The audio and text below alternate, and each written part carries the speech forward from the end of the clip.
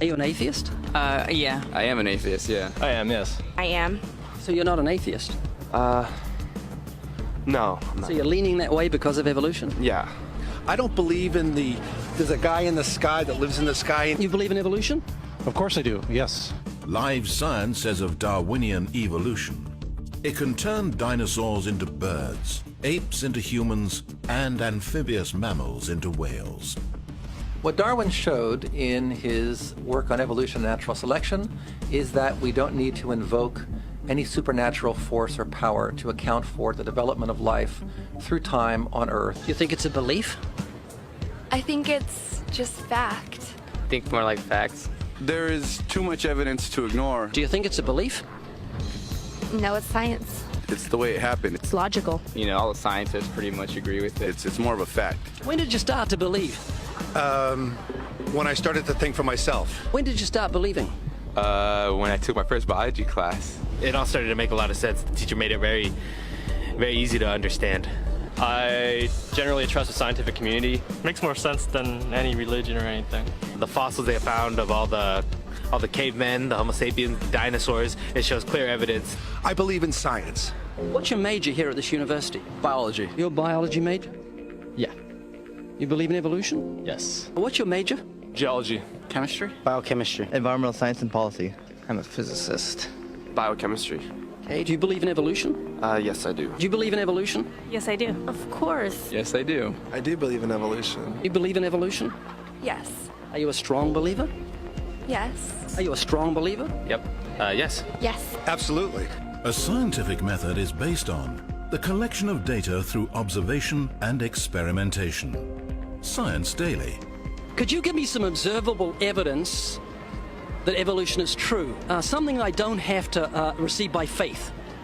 Yeah. Some observable evidence. I mean, take a look at what happened 65 million years ago. Hang on, I can't. That's 65 million years ago. I believe, millions of years. So that can't be observed. We can trace the evolution through the fossil record. Could you be specific? Just give me one. Between 6 and 7 million years ago. Hundreds of thousands to millions of years? So it's quite a long time. Yes. Millions of years. Yes. So it can't be observed. You've got the canine kind, the coyote, and the domestic dog, and there's the feline kind, which is the cats, the tiger and the kitten, and you've got humankind.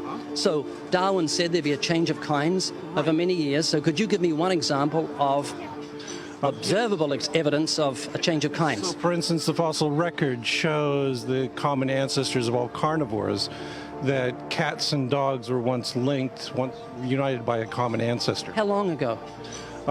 This, I believe, was like 60 million years ago. Can you think of any observable evidence for Darwinian evolution where he said there'd be a change of kinds? Monkey to man, is that what you're talking about? Yeah, a change of kinds. I don't really believe there's any proof for that yet. Well, monkeys are the only ones with the 5th digit, like we have. Well, koalas have a 5th digit. Did you know that? I didn't know that. Think we're evolved from koalas? No. I know that everyone talks about the missing link for humans and whatnot. I believe that there are connections that are out there that we haven't found yet. I'm going to trust what those experts did.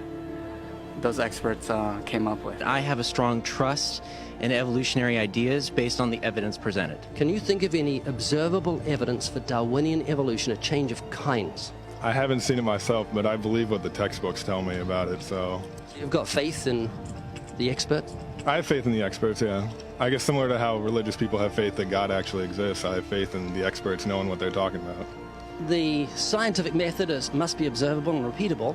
So could you give me one piece of observable evidence for Darwinian evolution? Okay, I would point to, as one great example is look at the genetics of the stickleback. What's that?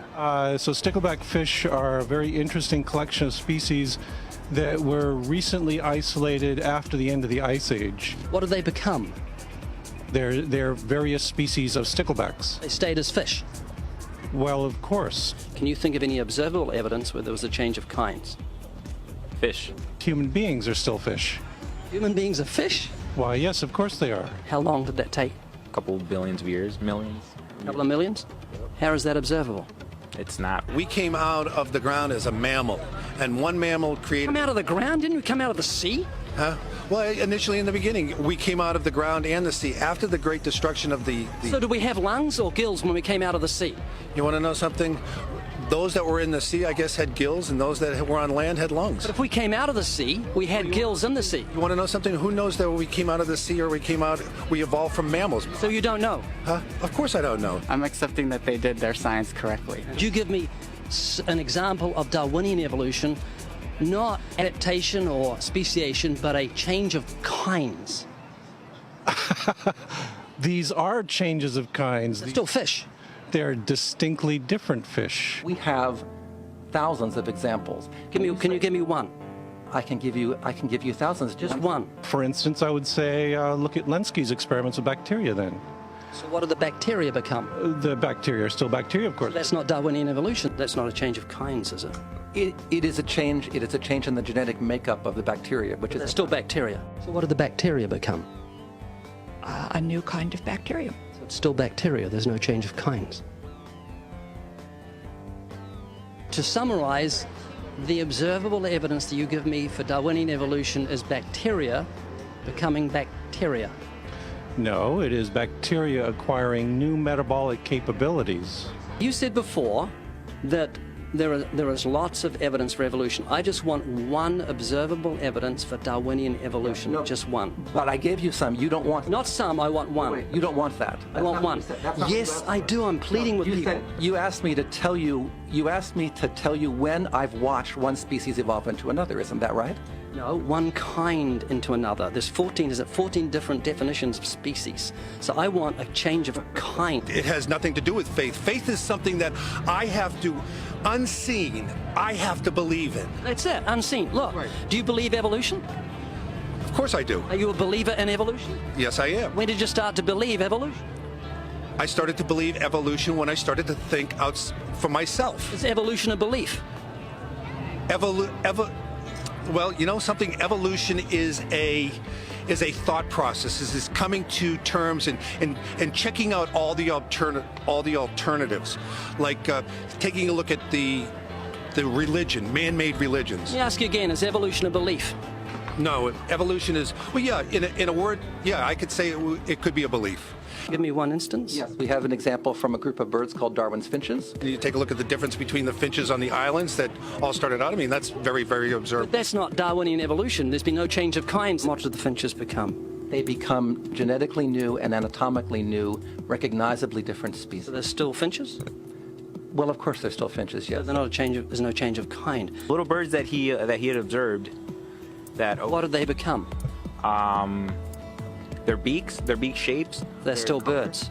Yes. 3 finches that turn into different types of birds. They're still finches. Well, for example, Darwin and his study on evolution of the birds on the island that he went on to there. Their beaks changed? Their beaks. They're still birds. There's no change of kinds. That's within the kind. Evolution on the beaks. So that's called adaptation. It's not Darwinian evolution. There's no change of kinds.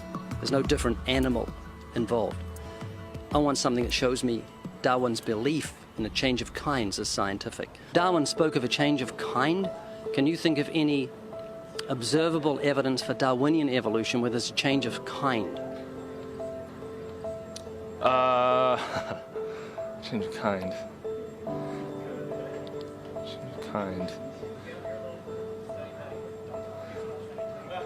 I'm gonna have to think about that one a little longer. You give me anything that I can see, observe, and test, which is a scientific method for Darwinian evolution, a change of kinds. Test and observe.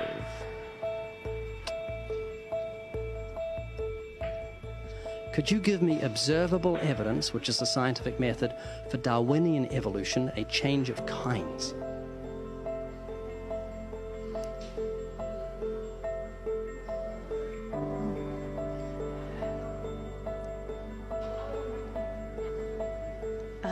I gotta think about it. So you want the evidence of it? I would say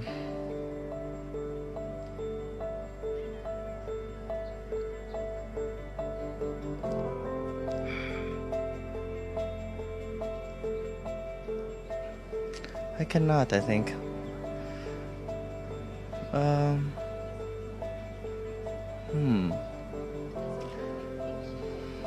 It's a hard question, actually.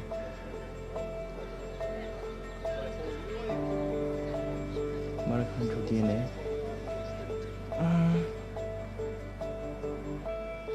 So, can you repeat the question again? Could you give me any observable evidence, just one, for Darwinian evolution? Let me think about that for a sec.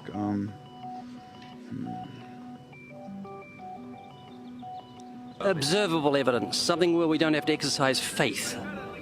Something that can be observed, like the scientific process, observable. That's a good question. That one I'm not quite sure. So you can't think of any observable evidence for evolution? No. How do you know it's true?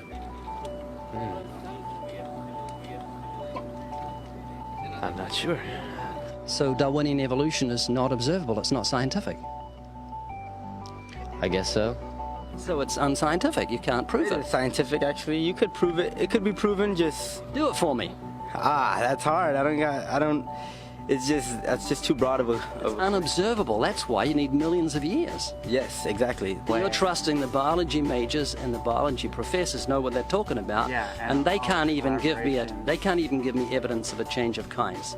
Well, then there isn't one. If they don't give it, then I wouldn't say there was. I just go on what I've seen and what I've learned from class. So you believe? Yeah. You know what that's called? What? Blind faith. Blind faith. Faith is the great cop-out, the great excuse to evade the need to think and evaluate evidence. Richard Dawkins.